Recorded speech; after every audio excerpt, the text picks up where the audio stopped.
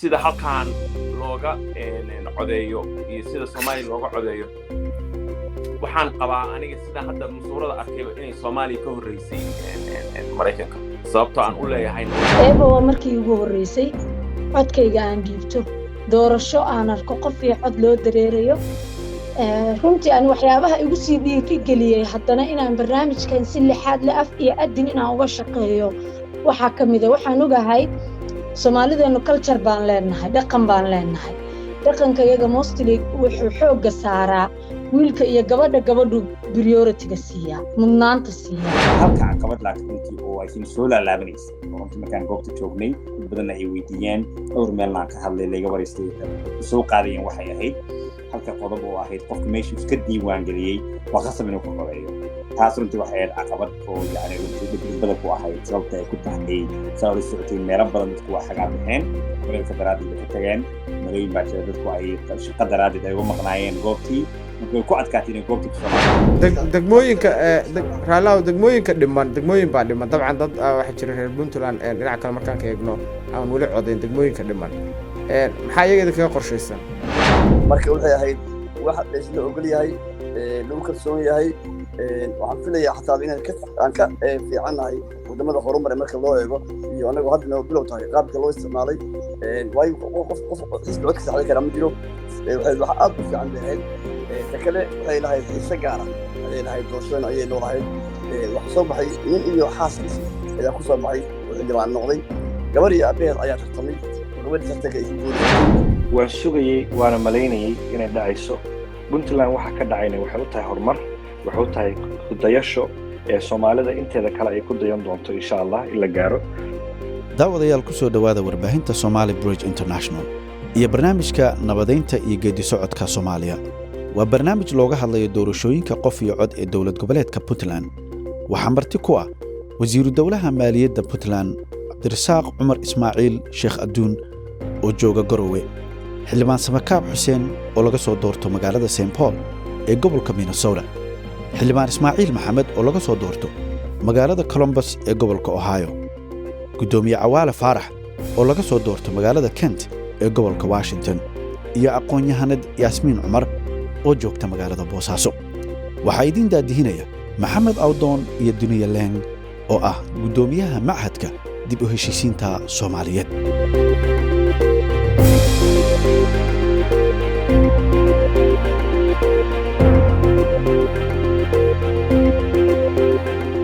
celinayaa dhammaan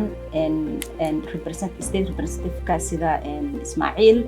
Samakaab Cawaale Yaasmiin oo activist Puntland iyo wasiirolaha Puntland marka waa mahadsantihiin inaad waqtigiina siiseen qiimaha badan oo ognahay idinkoo dhan waxaad ahaydeen mashquul qof walba laakiin haddana waxaad aad u danaynayseen arrimaha Puntland iyo doorashada waa mahadsantihiin marka waxaan ku bilaabayaa su'aasha ugu horeyso Ismaaciil representative Ismaaciil oo doorashadii Puntland joogay oo mataqaanaa ka qayb qaatay su'aashana waxay tahay waxaan rabnaa inaad noo sharxayd xoogaa Puntland doorashadii waxyaalaha soo aragtay iyo mataqaanaa sida ay u dhacday inaad nala qaybsatid iyo sida aad u aragtid waa mahadsantahay assalaamu calaykum waraxmatullaahi wabarakaatuh aad baa ku salaamaya walaalkay Awdoon walaashii Duniya waan kaga mahadcelinayaa intii farxad ay tahay inaan kulankan ka soo qayb galo intii aan uga hadlayno taariikhiga ahayd runtii anigu fursad waxaan u helay qaaliya runtii inaan joogay Puntland intii doorashada dhacaysay muqdisho inaan markii hore ku bilaabay aan dhowr beri joogay aan kulanay uga cusubay aan ku tagay kadibna fursadayda muhiimka waxay ahayd runtii inaan ka qayb galo doorashada Puntland ka dhacaysay especially Boosaasan joogay aan runtii goobo badan kusoo booqnay waa aad baan ugu ammaanayaa runtii guddiga doorashada aad u fiican bay qabteen ilaa dhowr goobood baan soo booqanay madaxweynaha runtii wax badan wada hadalnay doorashadan iyo waxyaalayaasha badan inaan kala shaqeyno haddana xildhibaanadii dalka Mareykanka sugay fursad waxaa halkan runtii inaan dadka codeynay inaan la kulmo qaar badan la sheekaysto taas farxad bay runtii aad nagu dhalisay sababta ay tahay dadku si ay ugu taagayaan ay u jecel yihiin dimuqraadinimada iyo inay codkooda dhiibtaan wax runtii waxaa aad iyo aad taariikhiga waaye badan baa la da-weyn oo ugu dambeysay cod ayayna 1969 baa noogu dambeysay inaan booqanayno marka hadda noogu horeysa marka runtii taariikhi bay ahayd runtii aad iyo aad la soo koobi karay ومحسنتا إسماعيل وحان وديبيا سؤاشا maxay tahay aragtidaada ku aadan Puntland doorashadeedii Cawaale waa mahadsantihiin horta aad iyo aad baan idinkaga mahad celinayaa Duniyo iyo Awdoon inaad soo kay dubrideen programkan ka hadlaya Puntland runtii aniga hadaan dib u soo noqdo su'aashii aad i weydiisay waa su'aal aad iyo aad u qiimo badan sababtoo ah musuuradii aan arkaynay hadda anaga nasiib uma yeelan inaan sida representative Ismaaciil oo kale aan meeshii tagno oo aan aragno laakiin musuuradii soo gaaray videoskii soo gaaray waxay ahaayeen waxaan ku tilmaami karaa historic sababtoo ah runtii dad badan baa yani eedeynayay oo lahaasaan wey xaggee ahayd iyo saanay ahayd iyo aniga sida ila tahay waa waxaan hadda ka hor yani Soomaaliya intii hadda dhowr iyo 50 sano aan la arag sababtuna waxa weeye waxaan isku soo marnay waqti aan ku jirnay kala guur waqti dagaal dowladii hore militariga ahayd mar ay qaban jirin waxa la yiraahdo hal qof hal cod marka inaan aragtid dad saf ku jira oo codkoodii dhiibanaya oo ku faraxsan inay codkooda u dhiibtaan qofka ay dareemayaan inuu dantooda ka tirinayo waa wax yani looga baran Soomaaliya marka in la arko laftirkeeda waa wax aad iyo aad muhiim u ah oo historic aan ku tilmaami karo marka aniga hadday yani aad weydiiseen maxay ila tahay waa horumar weyn oo u soo galmaaday waddanka Soomaaliya waa mahadsantahay Cawaale waxaan ku xujinayaa su'aashii laftirkeedii su'aal kasta qof walba ka jawaaba waa weydiin doonaa marka wali waxaan noo socota su'aashii koobaad waxaan hadda soo qaadanayaa Yasmin oo ah activist Puntland oo arrimaha doorashooyinkana aad uga shaqeysay haddana nagala soo galaysa Boosaaso Puntland soo dhawow Yasmin wadoohay doorashooyinkii Puntland ka dhacay waxaad ka mid ahayd dadkii goob joogayaasha ahaa ee ka shaqeynaya ama waxaad ahayd dadka activistiga ahaa marka sidee bay adiga ku taabatay doorashadaas maadaama aan isleeyahay waa markii ugu horeysay ee aad ka qayb qaadatid ama aad aragtid Puntland oo doorasho hal qof iyo hal cod ka dhacayso ama aad codkaaga dhiibatid ama aan ku weydiinayo inay tahay markii ugu horeysay aad codkaaga Puntland ka dhiibatay ama Soomaaliya ka codeysay waa mahadsantihiin Duniya iyo Awdoon runtii Puntland waxaa ka dhacday taariikh barnaamijkan wuxuu noqday mid taariikh u noqdo Soomaali inteeda kalena macnaha ay arkaan dadku in dadku baahi ay u qabaan inay codkooda dhiibtaan iyagu masiirkooda cidda ka talinaysa ay soo doortaan barnaamijkan marka anu inta aan la ekahay dalka waxa weeye inta asagoo burburo baa dalku burburay baan waxa weeyaan anu garaadsaday waa markii ugu horeysay codkayga aan dhiibto doorasho aan arko qof iyo cod loo dareerayo runtii aan waxyaabaha igu sii dhiirigeliyay haddana inaan barnaamijkan si lixaad la af iyo adin inaan uga shaqeeyo waxaa ka mid ah waxaan ogahay Soomaalideenu culture baan leenahay dhaqan baan leenahay dhaqanka iyaga mostly wuxuu xooga saaraa wiilka iyo gabadhu priority-ga siiya mudnaanta siiya then gabdhihii marka wiil iyo gabar kasta the same waxa waaye waxay kasoo wada kaceen class kasoo wada baxeen waxay kasoo wada baxeen isku jaamacad jaaniska marka maanta soo baxa gabadh haday noqoto kuraasta siyaasiga ah markii qabaa'il wax lagu qaybsanayay the traditional elderkooda dhaqameedku wuxuu siinayaa mudnaanta koowaad wiilka laakiin gabadhii waxaa laga yaabaa iyadoo wax soo baratay waxa way markay ugu yartahay master inay weli haddana evaporatekeeda waxyaabaha danaynaysa ay ka mid tahay inay siyaasadda qayb ka noqoto dalka in jaanisku uu saamixi waayo halkaas inay niyad jab dhimisray ka qaado inay waxyaalo badan marka barnaamijkan ani waxyaabihii ugu dhiirigeliya waxaa ka mid ahaa in aan gabdhuhu inay helaan fursad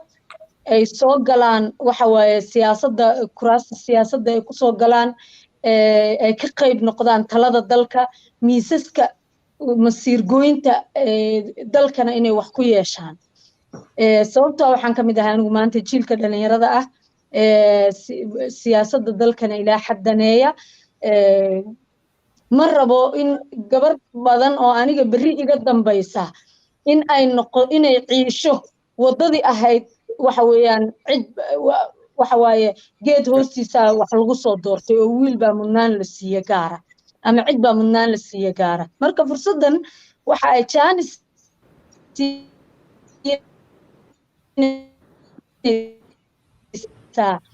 cadaalada halkaas sanduuq la dhigaya de qofki nasiibkiisu siiyo unbaa soo baxaya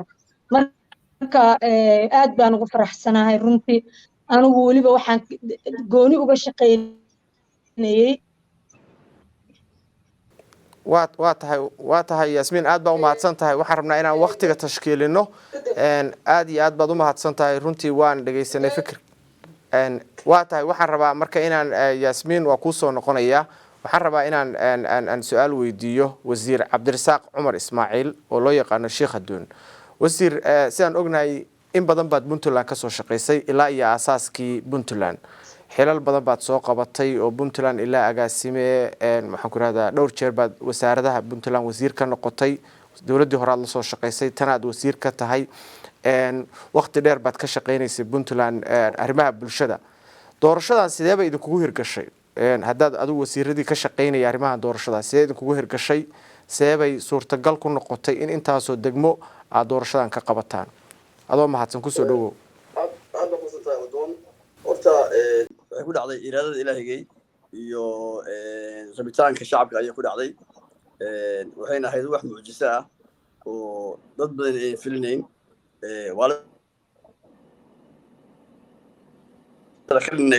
wax yar ay ka dhinayd waxay abuureen in puntland dumayso oo dagaal ka dhacayo oo khilaaf ka dhacayo ayay madaxweynihii isagoo masaajid ka sheegay waxaa jiray siyaasiyiin xataa diidanaa fikirkan diidanaa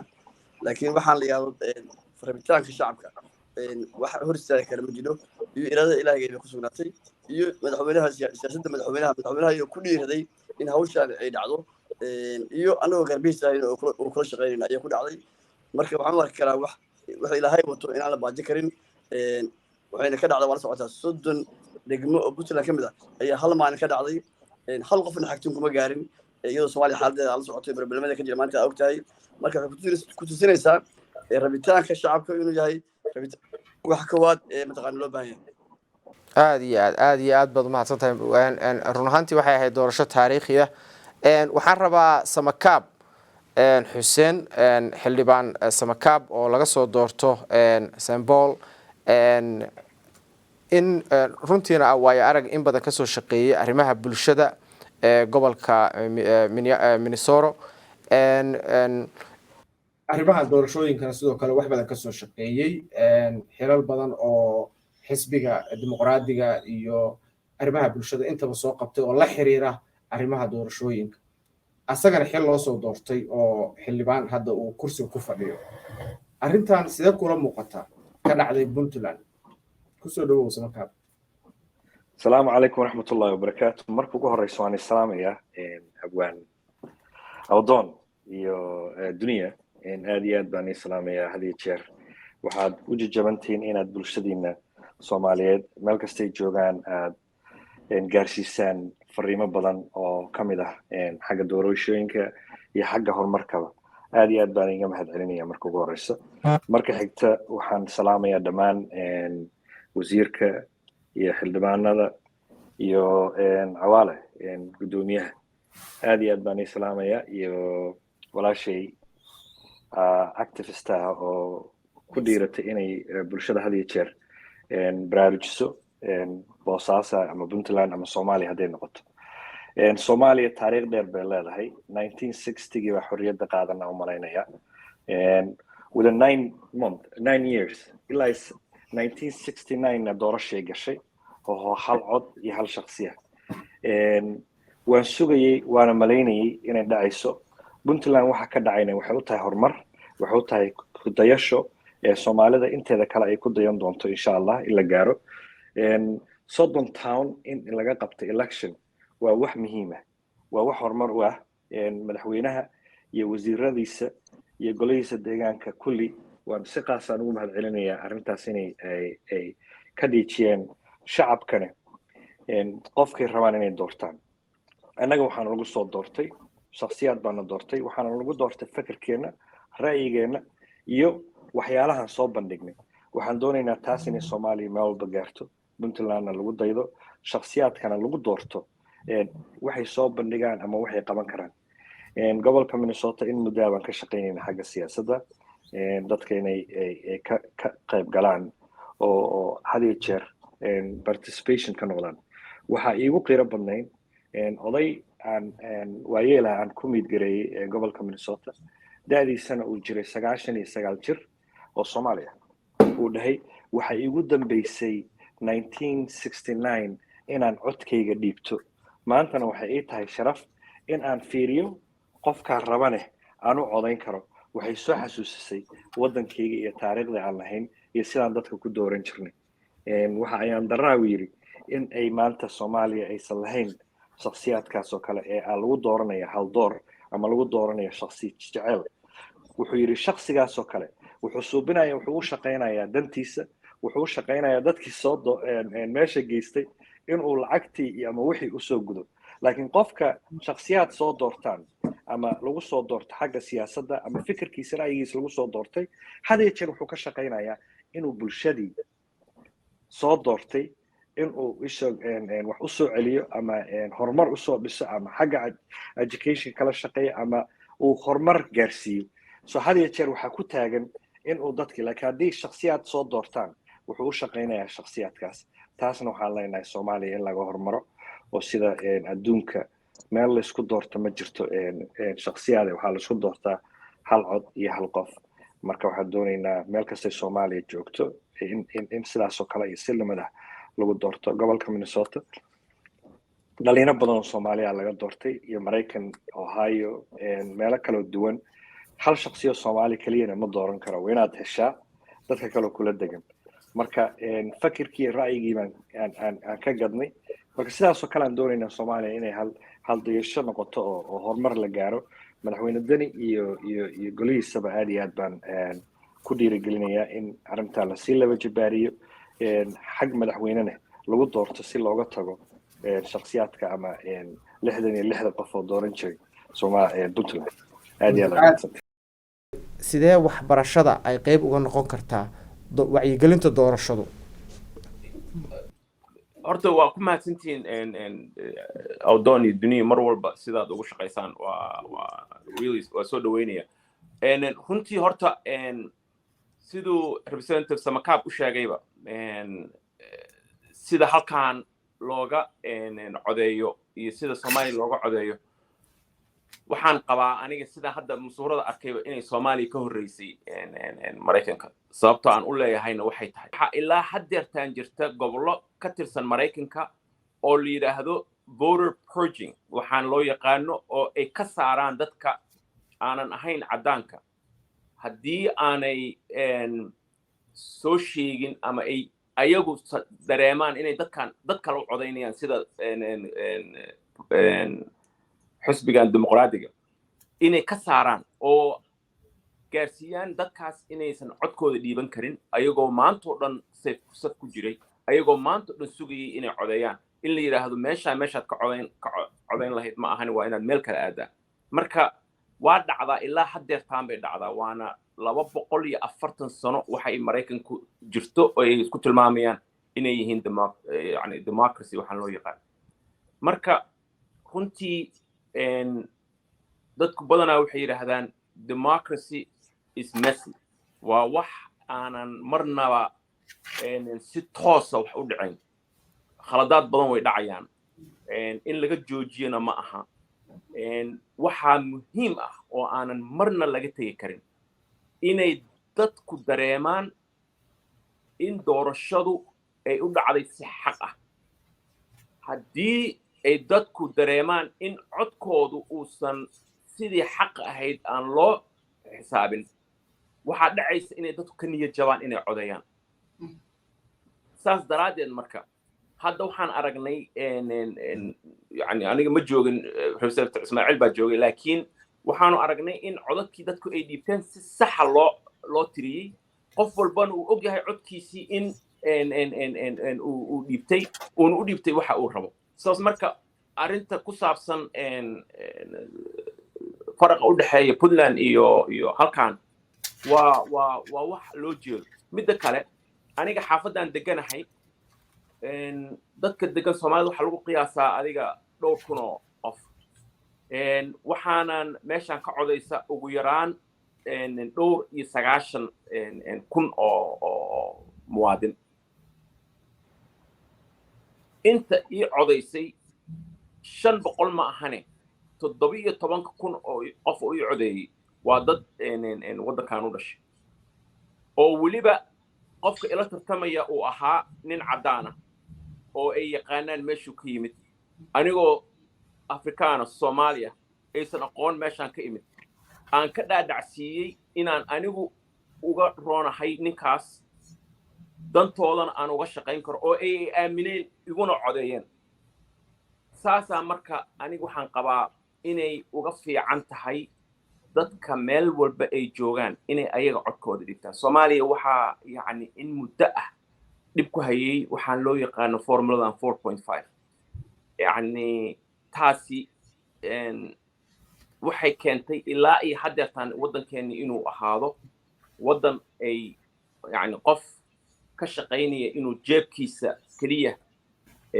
wax ka helo uu meesha ku tago sidaas ina hebel aanu ku tegin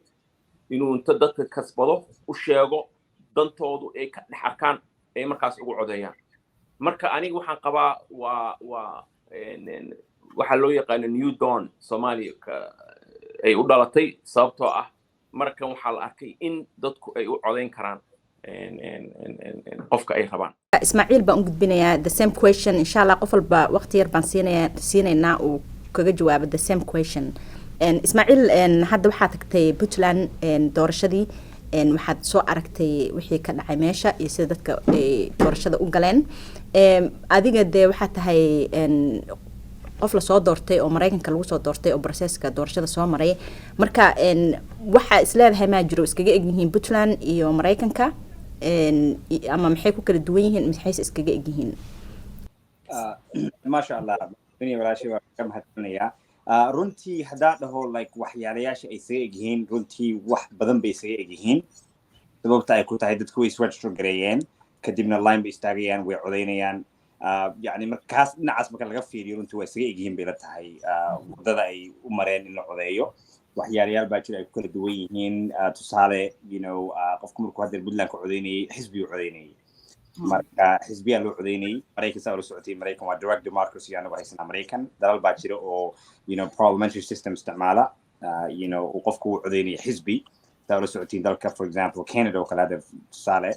I think ده الإنجليز كانوا ويهين حزبي اللي قضيه أنا أمريكا waxaa duwanahay runtii waxyaalaha aan ku faano oo runtii taariikh Mareykan lagu qadariyo waxa kamid ah Mareykan adaa codeynaya street qofka codeynaysa bilaanka madaxweynaha codeynaysa mayor codeynaysa libaama codeynaysa school board codeynaysa every position Mareykan straight democracy laakiin Puntland way gaari doontaa soo lama oran karo maadaama bilow tan hadda tahay xisbiyada hadda lagu sii kala saarayo kadib in qofka uu doono uu codeyn karo hadhowtii oo iska soo sharaxayo waa meesha uu wato waan iska taabanayay waxay kala duwanaayeen laakiin waa runtaa waa la gaari doonaa waana hadafkuna kaas buu yahay runtii dadku bulshadana way taageersan tahay in laga dhigo insha Allah democracy straighter ay bulshada dadku u codeeyaan qofka ay rabaan madaxweynahana u codeyn karaan kaasna runtii waa wax la taageersan yahay marka wax badan way isaga mid yihiin waxyaalayaal bay kala duwan yihiin waxa ay kala duwan yihiin runtii waxay ahayd tusaale votingka one day buu ahaa أنا سأقول dalka Mareykan I think Minnesota waa same thing waxaan malinayaa Washington waa ayagana isku mid Mareykan waxa ka dhacay waxaan early voting ka inta ka horeysay intii election day dhacay election day maalinta ugu dambeysay cod ku dhacayo early voting baa leenahay anagoo kale tusaale waxaa anigu bil baa la codeeyaa gobolka Ohio marka bishaas inta ka horeysa dhanba waa early voting-ka oo hal goob baa laga codeynayaa oo ku taala every county ku taala kadibna election day waxaa furmanaya dhowr kun oo goob baa furmanaya laga codeynayo marka dadka si loogu fududeeyo sida hal culays loogu saaran hal maalina maalmooyin ka horeeya loo furay gobolada jira 10 days early voting leh qaar baa 20 days leh qaar baa 2 months leh kala duwan yihiin kulli marka waxaan leeyahay waxyaalayaasha aan rajaynaya insha Allah hadda dadweyne nagu horeysay waa dareemi karaa dhaqaalihiina iska yaraa runtii taariikh bay ahayd si qurux badan u baxay laakiin insha Allah sanadaha dambe iyo marka la qorin doono in ayagana xoog la saaro in early voting la sameeyo hadda lagu bilaabo bil waa adag tahay but maybe 10 days lagu bilaabo muddo yar oo kooban oo dadka la dhigi karo si bilaabo qofku instead of qofku uu halka maalin codeyn lahaa oo maybe line ka dheeraan kara maybe qofkii ku adkeeyo inuu tago kaas marka waa rajaynaya laga bedelo halka caqabad laakiin runtii oo I think soo laalaabanaysa oo runtii markaan goobta joognay dad badan ay weydiiyeen dhowr meelna ka hadlay laga wareystay soo qaadayeen waxay ahayd halka qodob oo ahayd qofka meeshii iska diiwaan galiyay waa qasab inuu ku codeeyo taas runtii waxay ahayd caqabad oo yani runtii dib badan ku ahayd sababta ay ku tahay sawir socotiin meelo badan dadku waa xagaa baxeen kuleelka daraadid ka tageen malooyin baa jira dadku ay shaqo daraadid ay uga maqnaayeen goobtii marka way ku adkaatay inay goobtii kusoo laabtaan marka hal dhaliil hadday jirto hal qodob runtii qodobkaas uu ahaa oo markasta soo laalaabanayay dadkii waxay rabeen inay meesha ay joogaan ka codeeyaan laakiin waxaa lagu qasbay qofkii inuu goobtii iska diiwaan geliyo ku laabto dadna qaar ay ku adkay halkaa qodob marka bay ahayd oo runtii caqabad ahayd laakiin sida kale runtii maasha Allah taariikh bay ahayd runtii taas waxaa loo sameeyey soo laysma oran karo si aan qofka magaalo hadduu garowe oo qofka uu registered ka yahay oo boosaaso ka codeeyo xoogaa si loo kala ogaado dadkii balansigoodii iyo darteed baa loo sameeyey waa tahay haddaba waa isla fahnaa u malaynaya halkaas aad iyo aad baan sax waa runtii qodobka markii aan weydiiyey dhowr wasiir baa la kulmay iyo xildhibaano ku yiri maxay ku dhacday xaaladan runtii waa runtaa oo hadafka laga watay wuxuu ahaa population-ka in la ogaado every deegaan iyo every gobol in lagu ogaado population-ka marka waa dareemaya runtii qodob fiican ay ahayd ayadana keentay dadkuna qaar baa caqabad ka qabay laakiin runtii waxay lahayd doorasho aad qurux badan bay ahayd maasha Allah aad baa mahadsantahay wasiir Ismaaciil Cabdirasaaq Cumar Ismaaciil baan aadayaa wasiir xildhibaano badan oo Mareykanka laga soo doortay oo Soomaaliyeed baa khadka nagula jira hadda maanta barnaamijka naga qayb galaya dad badan oo reer Puntland ku daawanaya ama Soomaaliyeed runtii doorasho taariikhi ah baad qabateen sida xildhibaanadu ay qireen dadka Soomaaliyeedna ay qireen maxay tahay fariinta aad u direysay barnaamijka mar dhow waa soo koobi doonaa dilahayd horta fariinta intaan dirin waxaan sharaxaad ka bixinayaa isla baa uu sheegay in kalsoonidii Tebik iyo arrimaha ka hadlay marka waxaan sheegay horta ururka guddiga doorashooyinku waa guddi madax bannaan oo dowladda ka madax bannaan oo xisbiyada iyo dowladdu ay ku kalsoon yihiin isla markaasna waxaa jiray meesha codbixintu ka dhacayso waxaa joogay waxa la yidhaha muraaqib xisbi walba waxaa u imaanayay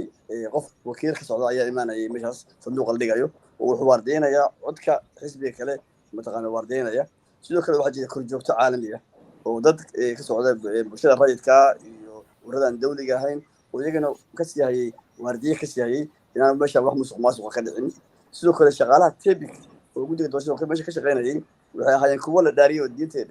lagu dhaariyay kitaabka lagu dhaariyay si meeshaas mataqaana wax ay ka dhicin wax isdambarin ka dhicin marka waxay ahayd wax la isla ogol yahay lagu kalsoon yahay waxaan filayaa xataa aan ka fiicanahay wadamada horumaray marka loo eego iyo anagu haddana bilow tahay qaabka loo isticmaalay waayo qof xisbi codka saxday kara ma jiro waxay wax aad u fiican bay ahayd ta kale waxay lahayd xiise gaara ayay lahayd doorashadan ayay noo lahayd waxaa soo baxay nin iyo xaaskiisii ayaa ku soo baxay oo xildhibaan noqday gabar iyo aabaheed ayaa tartamay oo gabadhii tartanka ay ku guulaysatay waxaa jira beelo waaweyn oo xildhibaan heli jiray oo maanta xildhibaan aan helinayo beelo kale oo xildhibaan helay aniga kula hadlaya shantii subax nimaan ka baxay halkan aniga hooyaday oo kala xambaarsan laba fikir iyana xisbi kale raacsan tahay ana xisbi kale ayaan safka wada galnay marka waxay lahayd doorasho waxay wax xiise aad u gaara oo laga sheekayn doono oo rikoorka galaya ayay lahayd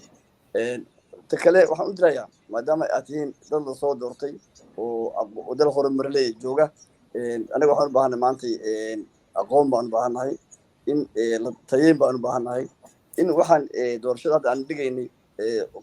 warad lagu ridayo meel bay ahayd waxaan u baahanay waxay leeyahay electronic inay noqoto electronical inay noqoto doorashada ay noqoto qof kastii inuu ka soo codeeyo meesha uu rabo so ama banaanka jooga ama dalka jooga hadduu kaarka haysto uu online kusoo codayn karo marka taas waxaa naga caawini kara waa dadkiina wadamada horumaray jooga ama wadanka maraykanka jooga oo la doortay ayaa arrintaas mataqaanaa mashruuca ka qayb qaadan kara waxaan rabnaa marka xildhibaanada maadaama ay maqlaysaan in barnaamijkan barnaamij ugub uu yahay inaad wixii walba aqoon iyo tayo ahaan iyo tala ahaanba inaad gacan ugu siisaan in xilligada doorashada xataa dad aan u hodirtaanin halkan jooga oo ka mid noqda dadka goobjoogayaasha kana ka mid noqda oo eega sida wax u socdaanin ama wacyigelinta qayb ka qaata ayaan rajaynaynaa insha allahu waxayna ugu jirtaa in barnaamijka diasporada dadka diasporada ah Puntland iyo Soomaaliya kasoo jeeda oo dibadaha jooga ayaan rabnaa inaan muddo dhow barnaamij la bilowno sidii barnaamijyadan horumarineed ee ku saabsan dimuqraasiyadda ay nooga caawin lahaayeen marka waxaan leeyahay qof walba hadda meesha ku jira oo xildhibaana oo la doortay oo gobol kasoo jeeda ama degmo kasoo jeeda waxaan idinka baahanahay aqoontiina iyo xirfadiina inay qayb ka noqoto doorashooyinka soo socda ee Puntland. Asan tahay waxaan siinayaa su'aasha hadda Yasmin maxaa ognahay dhalinyarada hadda runtii aad ban aniga u raacay doorashooyinka Puntland ka socda maadaama aan interested ku ahay democratizationka in Soomaaliya iyo dib u heshiisiin democratizationka wuxuu keenayaa dib u heshiisiin dadkii inay mataqaanaa kalsooni helaan isku kalsoonaadaan qof walbana uu heli karo power sharingkii ومتقانا وسكول ولين متقان إن لا مقونية أما حقي سلدوتسيو مركا إن رنتي وحيال هذا وجبنا أركي هذا أو إكسايد إنها بدلان دورشة ده دوحي هاد إن قبلها دمركا يورانيرا ده أو كجرا فرونت لاين كا إن دورشة وكسب بحي واللي بدت بدن يكسب بحن ياسمين مركا ما دام أذي أكمل تهاد رانيرا ده متقان قبلها إن محد أملين ساعة system kan aslan ba waxa uu chance siinaya waan idin sheegay in dadku cadaalad inay helaan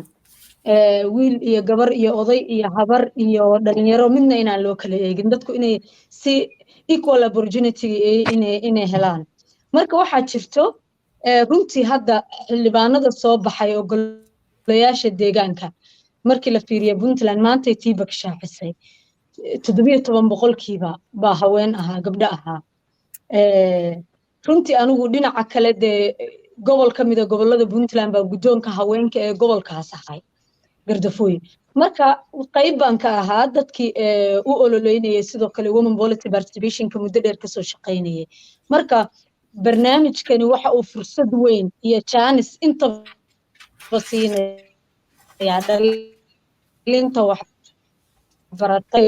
maanteenu wuxuu ku jiraa marxalad soo kabasho iyo dhismo ah burburkii dagaalada sokeeye iyo colaadihii ay uga tageena waxaan u baahanahay awood fresh ah dan in laga faa'iideysto la rabaa awoodahan waxaan si gaar ah rabaa fursadan inaan uga mahadceliyo xurmad leh Saciid Cabdullaahi Dani oo Puntland maanta hogaamiya ku dhiiraday inuu jaaniskan hormuud ka noqdo dhalinta fursad siiyo aqoon-yahanka fursad siiyo runtii aan eegin xisbi baad gooni u leedahay ama wax kala sidan ah wax xataa kala maasuq ay Soomaalian gelin Puntland maanta meesha uu soo gaarsiiyayna aan aragno aan rajaynayna inta hartay inuu noo dhameystiro marka barnaamijkanu si gaar ah baan dhihi karnaa wuxuu chance u siinayaa dadka wax bartay aqoon-yahanka dhalinyarada haween iyo rag intaba وما تصنتها ولي وجدت وين برنامج كان أن أقبلني أي واحد هيد إن أنو الدولة أو دورشة runtii ku guuleysatay haweenka ka qabatay aan ugu hambalyeeno sidoo kalena aanu qurba joogta Soomaaliyeed ee la soo doortay gaar ahaan xildhibaanada Mareykanka laga soo doortay ay helaan fursad ay ugu hambalyeeyaan wixii Puntland ka dhacay taariikhdii dhacday sidoo kale wasiiradii ama sida wasiir hadda Cabdirasaaq Ismaaciil oo kale ay maxaan ku raada u gudbiyaan fariintooda xildhibaanada Mareykanka laga soo doorto ama Ingiriiska laga soo doorto ama Yurub laga soo doorto aanan si guud ugu hambalyeeno doorashadii ka dhacday Puntland kuna taageerno Soomaaliyana ay u noqoto tusaale gobolada kale oo Soomaaliyana waa rajaynaynaa inay doorashooyin noocan oo kale ka dhacaan wadanka oo dhan u gaaro marka waxaan rabaa inaan ku noqdo wasiir Cabdirasaaq wasiir doorashadan maxaad ka barateen doorashadan maxaad is leedahay yoolkiinu uu yahay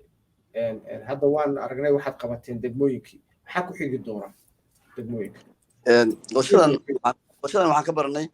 in aanu isku tashan samayn karno in aanu hal maalin aanu dad intaasoo aad u tiro badan aanu ay codayn karaaneen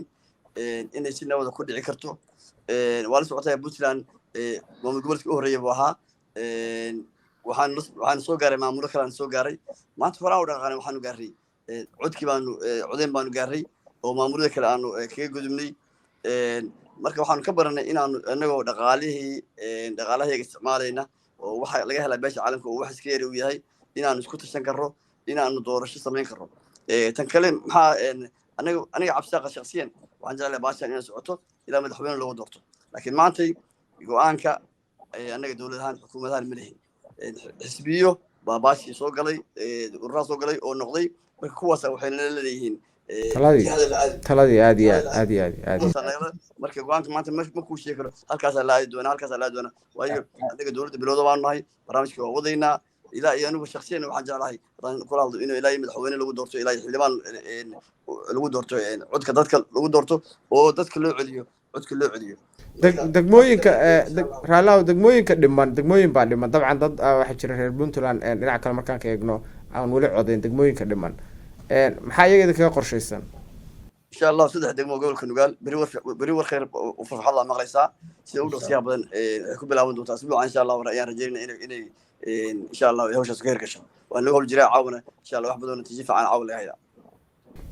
wasir waa mahadsan tahay su'aal muhiim ah jirto oo anaga isweydiinaynay waxaan filayaa inay dadka reer Puntland ama dadka kale oo Soomaalida ah isweydiinayaan su'aashu waxay tahay xisbiyada macnaha waxaa jirtay 3 xisbi ay 5 xisbi dad baa waxay lahaayeen marka 5 xisbi ama 3 xisbi macnaha waxaa jirta kala duwanaansho macnaha xisbiyada waxaan rabay inaad xoogaa arintaas xisbiyada Puntland marka imaado macnaha maxaa ku talan lahaydeen 3 xisbi 2 xisbi xisbiye badan su'aasha waxay ku socotaa waxaan ku bilaabayaa waxay ku socotaa elected officials kana la jooga waxaan ku bilaabayaa samakaab waa mahadsan tahay sida la socotay harta xisbiyo badan baa jira Mareykanka dhexdiisa hadda maanta haddaan helo ilaa iyo dhowr kun oo qof xisbi waan bilaabi karaa oo xisbi aniga bilaabi karaa jiro Green Party xisbi la dhahaa jiro meel badan dad badan aan meelo badan gaarin laakiin waxa awood leh waa xisbiga dimuqraadiga iyo xisbiga jamhuuriga labadaas iyo independentiga oo soo raaca ka saddexaad marka Mareykanka xuduud ma laha xisbi in la register gareeyo oo maanta ayaa xisbi la suubin karaa marka laakiin waxa aad iyo aad u fiican in dadka fursad la wada siiyo si hadhowdii ay u gaaraan xisbiyada waa la kala guuleysanayaa because qof walba waa inuu ideyadiisa iyo fikirkii ra'yiga uu gadayo xisbigan kale uga fiican yahay wana soo bandhigaa maadaama Soomaaliya ay Puntland populationkeeda ay aad u badnayn haddii comparing to Mareykanka meelaha kale 3 xisbi will be okay ilaa 3 ilaa 5 iyaga ku compete gareeyaan qof walba ra'yigiisa fikirkiisa soo bandhigo si ay ku kala awood bataan waxaa laga yaabaa xisbiyadaas qaar ka mid ah inay kuwa xuduud fiican ku yeeshaan nooradka inay xuduudka fiican ku yeeshaan gaalkacyo ama Puntland beeraheeda kala duwan marka fursad in dadka la wada siiyo aniga waa qabaa xisbiyadana in la cadadin sida Mareykan uu furan yahay laakiin shuruud lagu xiro oo la dhaho intaasoo kun oo qof haddaa keensatid ama ay ku codayaan ama xisbigaas inuu hirgalo ama la diwaan geliyo laakiin waxaan is dhihi lahaa 3 ilaa 5 ha lagu ekeeyo si oo aysan u waalan meesha marka waa horumar iyo wanaag gaaray oo madaxweynaha ka timid iyo wasiiradiisa aad iyo aad aan uga mahad celinayaa aniga Soomaaliya aadan uga niyad jabay sanadooyinkii la soo dhaafay ilaa iyo 20 years ba meel weyn bay maanta ka timid horaan u soconaa waxaan diyaar u nahay inaan la shaqeyno waxaan diyaar u nahay fikirkeena ra'yigeena inaan taladeena wax ka dhiibano aniga waxaan ka mid ahaa ilaa iyo heer federaal oo election aan ku matalay Minnesota oo ka mid noqday xubnihii wax ka dooranaya ama kala saaraya xisbiga dimuqraadiga haddii noqoto madaxweynenimo 2016 marka ilaa iyo 20 sano ku dhawaad oo waxaan haystaa fikir oo ama ra'yi ama sida looga shaqeeyo ama loo diiwaangeliyo doorashooyinka talooyin badanna waana laga weydiiyaa gobolka Minnesota iyo heer federaalba hadda waxaan kasii shaqaynaynaa oon rabnaa next year madaxweynihii iyo ajendadii laga shaqayn lahaa oo aan ku tala jirnaa marka Puntland horumar bay gaartay madaxweynaheedana leadka iska leh waan uga mahadcelinayaa laakiin Soomaaliya general baan la hadlayaa aniga 1960 markaan xorriyadda qaadanay 9 sano nagu qaadatay 1969 in hal shakhsi iyo hal cod aan gaarno ka bacdina maysa dhicin marka waxaan doonayaa inay tan si laba jibaariyo madaxweynaha iyo golihiisana empowerment siiyaan xisbiyada hal cod iyo hal shakhsi si fiicanna loo sii wada gaaro Soomaaliyana ay noqoto model ay ku dayanayso Puntland marka aad iyo aad baan u mahadcelinayaa because kalsoonida dadka haddaan luus garayno dad badan baa codayn doonin gobolkan iyo waddanka Mareykanka dad badan shakhsiyaadan dareensanayn baa jira inay codayaan oo waxay u codayn lahayihiin kalsooni daray dareemeen laakiin maanta markay arkeen qof madow ah ama qof muslim ah ama anigoo kale la doortay kalsoonidii dadkii wax badan baa soo celinay inay codayaan oo populationkii codayn jiray xaafadayda hadda meesha aniga laga soo doortay ama degmada gobolka Minnesota boqolkiiba waxaa codayn jirtay 56 maantana waxaan gaarsiiyey boqolkiiba 72 maxaa yeelay waa waqti badan baan gelinay iyo juhdi iyo campaign iyo dadkii lala hadlayo oo dad badan albaabada markaan ku garaacayno waxay dhahayeen ma codaynayno maxaa uga duwan tahay hebel iyo hebel waxaan uga duwanahay 1 2 3 4 5 markaasay dhaheen aniga ma codayn 6 sano ama 7 sano laakiin maanta adiga fikirkayga iyo ra'yigayga maadaama wax iga bedeshay waxaan diyaar u ahay inaan codeeyo marka dadkii waxaa laga doonayaa dadka campaign garaynaya ama xisbiga qofkii dooranayaan ama shakhsiyaadka tartamaya waa inuu laba jibaar dadkii kalsooni ama isheeg ay ku yeeshaan marka waxaan doonayaa waa horumar la gaaray waa horumar horodhac ah aad iyo aadaan ugu baraargelinaynaa in aan kala shaqayno waxaan kaloo rabaa dadka qurba joogta inay idea helaan oo meel walba ay joogaan ka codayaan wadamo badan oo Afrika ka mid ah baa taxpayers ah oo waliba iyagoo inta joogaan waddankooda dhaqaale ku bixiyaan oo santiyaal ama wax laga qaado some percentage marka waxaan rabnaa horumarkaas oo kale Soomaaliya dham inay gaarto dadka codayaan dibaddana ka codayaan electronicna insha Allah wasiir waxaan jeclahay xafiiskayga inaad si qaas ah u soo wada xiriirno iyo sidaan kaala shaqayn lahayn iyo sidaan ku caawin lahayn aad iyo aad baad mahadsantahay So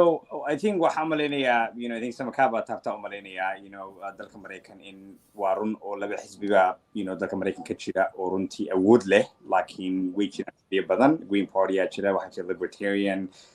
a lot of parties aa jira oo runtii cod badan helin meel fogna gaarin laakiin qofku uu xisbigu bilaaban karaa qofku xaq buu leeyahay laakiin caqabadooyin badan qofka la kulmi karaa inuu bulshada helo marka haddii aad dhinaca Puntland ka fiiriyo intaan aniga goob joog meesha ka ahaan joogay dad badan baa la kulmay runtii wasiirro iyo xildhibaano iyo shacab dhalinyaro qaybo kala duwan bulshadii runtii dadku aad bay ugu faraxsanaayeen xisbiyadii runtii oo la hagalay oo ayagana campaign qayb ka qaatay haddeer 5 xisbi baa cod runtii helay oo soo baxay waa run oo dastuurka waxaan malaynayaa wax ku qoran waa 3 xisbi wax ku qoran laakiin doodo badan baa jira oo laga doodayo maybe in la furaa fiican oo 5 laga dhigo sababta ay ku tahay xogaa caqabadooyinka dadku ay dareemayeen qayb ka mid ah waxa waaye 3 xisbi mar hore tartameen tartankii hore tusaalaha ahaa oo saawlo 3 degmo ka dhacay bay ku tartameen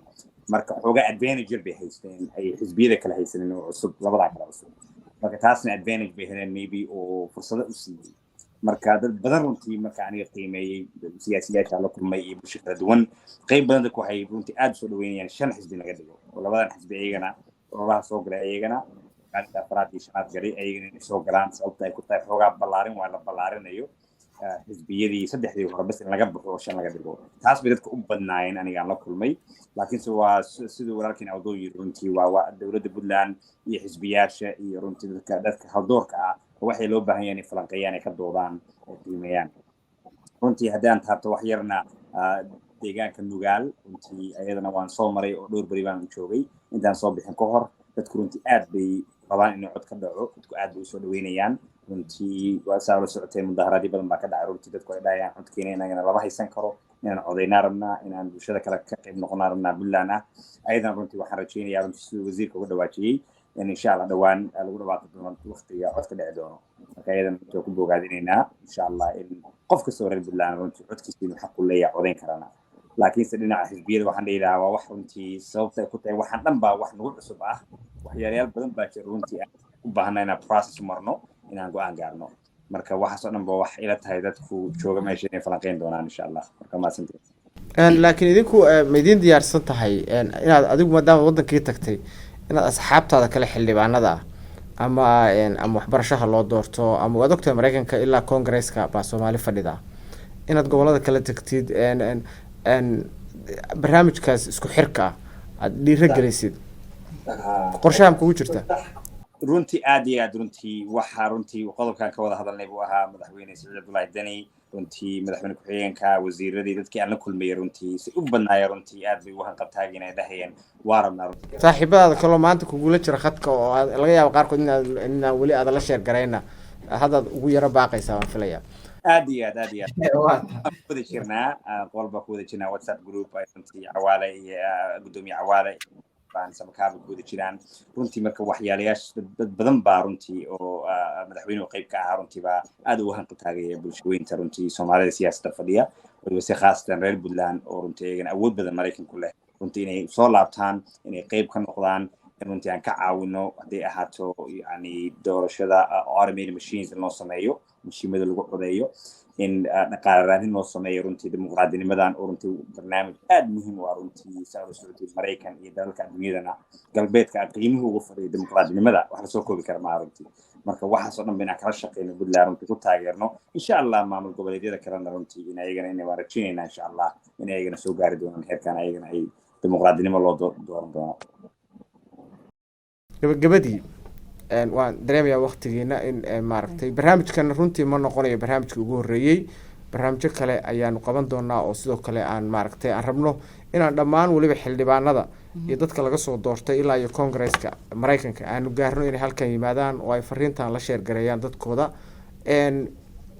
iyo wixii ay tari karaan oo xagga fikirka iyo maxaan ku rahdaayeen dhiirigelinta dhalinyarada inay doorashada ka qayb galaan xisbiyada ka qayb galaan siyaasadda ka soo qayb galaan waxaan rabaa marka gabagabadii inaan wasiirka aan iraahdo kelmadii ugu dambeysay aan siiyo aad baa umahadsantihiin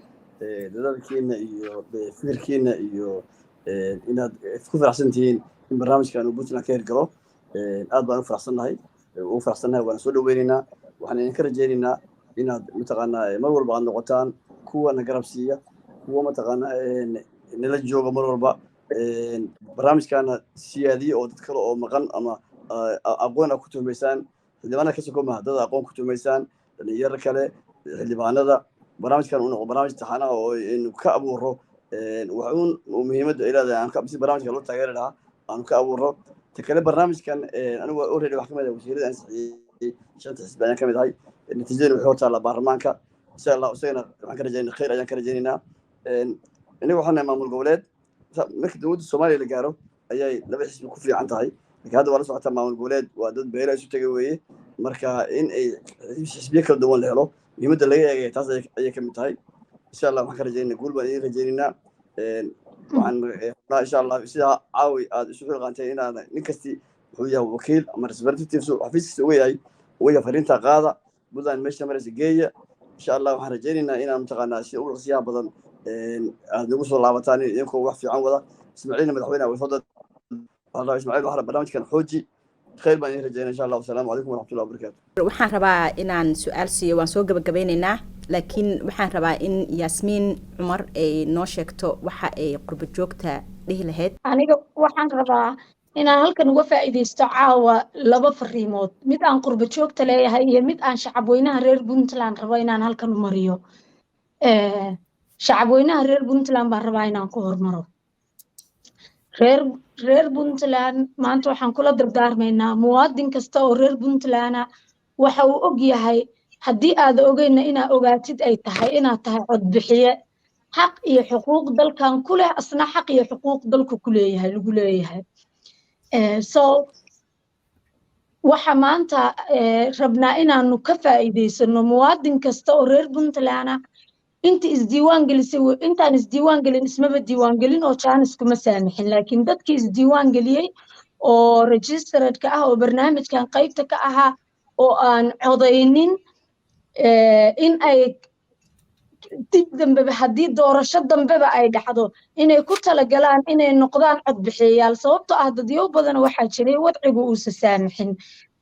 boosaaso kale waa waqtigan waa samar waa kulayl dad badanaa xagaa baxay oo aan joogin marka ay dhacayso codbixintu marka waxaan rabaa inaan halkan u mariyo iyo degmooyinka kaloo haray ogow muwaadin codkaagu waa xaqaaga waxaad xaq u leedahay inaad maanta aad jaangoyso jihada uu dalku aadayo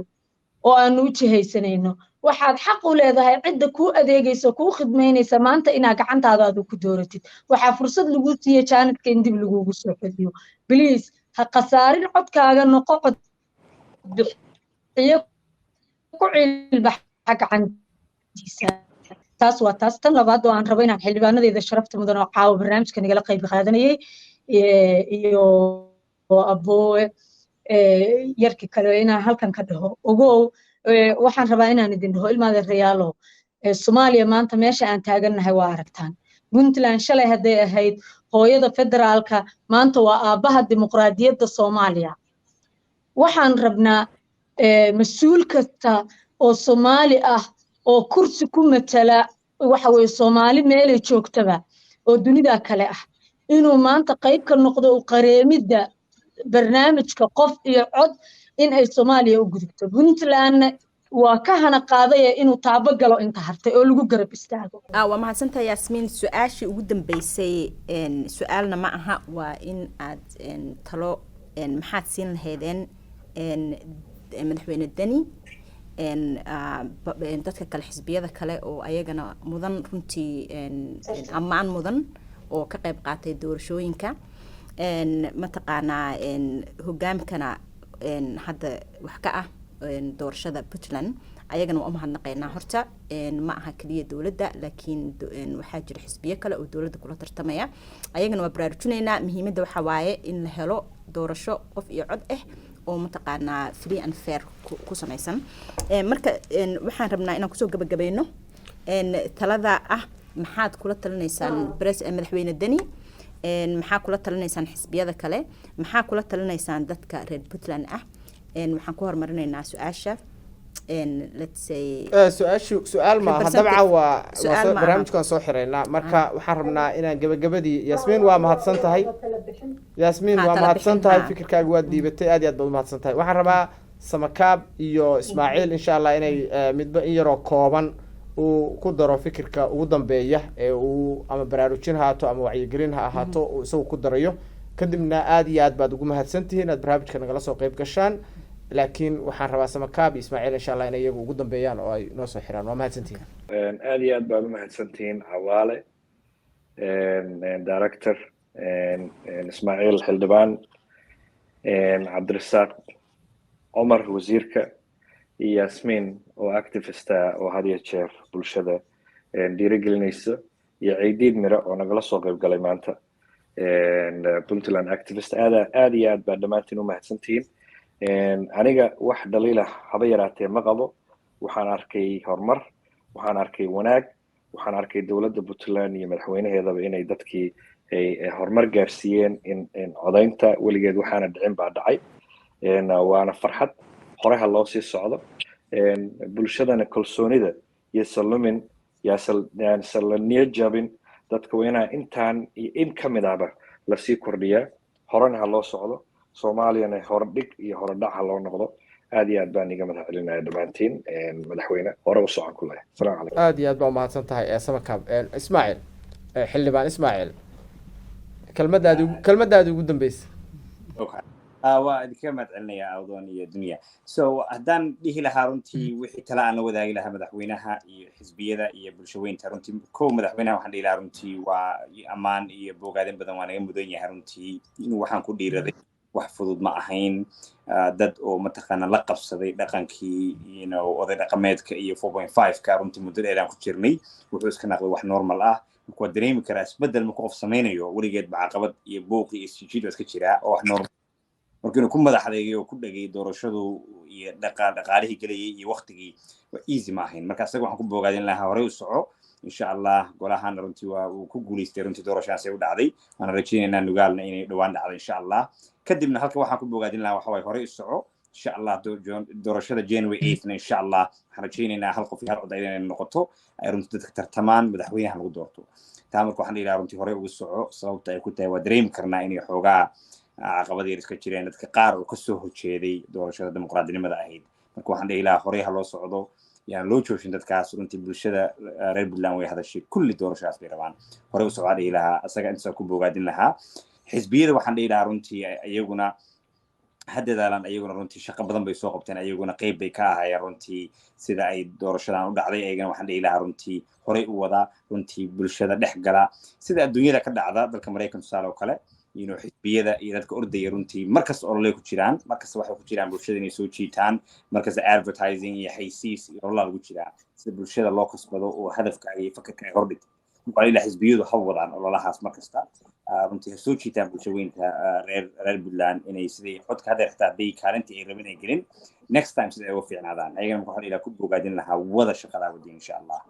ugu dambeyn reer Puntland waxa dhigay runtii insha Allah runtii farxad baa dhacday waxa taariikh waxa dhacday runtii soo dhaweeya taageerada dimuqraadinimadan sida u taageerteen already insha Allah runtii kuna bogaaday kuna mideysmada kuna dhaganaada dimuqraadinimadan hesheen waxaan rabaa inaan dhaho waa mahadsantihiin maxaa la dhahaa state representative-ka halkan nagala soo qayb galay Samakaab Ismaaciil iyo walaasheen Yasmin oo Puntland activist ah runtiina ah gabar cod dheer una taagan mataqaana doorashooyinka iyo democratizationka Puntland amaan ayaad mudan tahay dhalinyaro iyo gabdho inaan aragno firfircoon Puntland iyo Soomaaliya oo dhanba muhiim ay noo tahay waan idin dhiirigelinaynaa waa mahadsan tahay waxaan kaloo rabaa inaan dhaho waa mahadsan tahay wasiirka Cabdirasaaq aad ba mahadsantiin idinkoo dhan sida markii horeba la dhahayba arrintan kuma sugnaanayso hadda kaliya ma aha waxaan rabnaa programkan inuu socdo si macnaha networking aan u sameeyno oo isugu xirmaan dadka degan Mareykanka iyo Soomaaliya iyo Puntland iyo Soomaaliya oo dhanba Puntland kaliya ma aha meeshaan rabno inaan wax ka qabano oo dhiirigelinta iyo mataqaana democratizationka aan ka sameynayno waxay dhici doonto Soomaaliya oo kaleeto waa laga sameyn doonaa marka waxaan rabaa in arrintan waxa idin sheegaa ay sii socon doonto insha Allah waa mahadsantihiin firfircoonidiina iyo mataqaana xiisaha u qabtaan dadkiina inaad caawisaan waa mahadsantihiin waa tahay barnaamijkeena intaasuu noogu egyahay aad iyo aad baad u mahadsantiin kasoo qaybgalkiina insha Allah intaan barnaamijkan oo kale ku kulmi doono xildhibaanada iyo wasiirka sharafta badan aad baad u mahadsantihiin